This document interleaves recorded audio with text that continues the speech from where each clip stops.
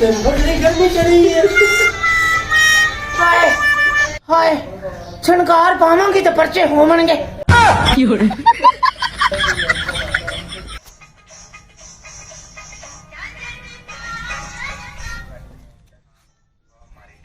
हाय हाय सलाम डॉक्टर जी। क्या हो गया? डॉक्टर जी मैंने दवाई दियो। क्यों की होया? और मैं सट लग गई। किस तरह? मैं डॉक्टर जी मैं छणकार पाई है। अच्छा मैं दवाई दे रहे हैं, सुबह शाम खानी है, ठीक है? डॉक्टर जी उत्ते वाली केड़ी दवाई लिखी है? और पैसे चला के चेक की बीबी। हाँ